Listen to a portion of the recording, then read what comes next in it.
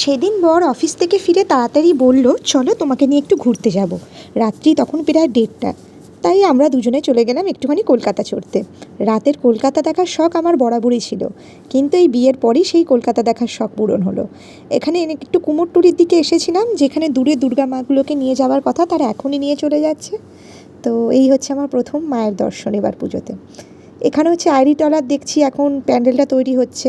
আর দুর্গা পুজো মানেই কিন্তু কলকাতা শহরের চারিদিকে বড় বড় হোর্ডিং লেগে যাবে, তবেই বুঝতে পারবে যে হ্যাঁ, পুজো আসছে। তারপর গেছিলাম একটু খান্না মার্কেট, তোমরা এটা সবাই হরিষা মার্কেট বলেও চেনো। তখন প্রায় রাত 2টো বাজে। দেখো এখন কত লোক এখানে কেনাকাটা করছে। এখন কিন্তু রাতেরা পাইকারি মালগুলোই বিক্রি করবে, কেউ কিন্তু একটা এখন নিতে পারবে না। পরের দিন যদি তোমরা আসো সকালবেলা তাহলে নিতে পারবে। বুধবার আর রবিবার এই দুদিন হাটটা বসে।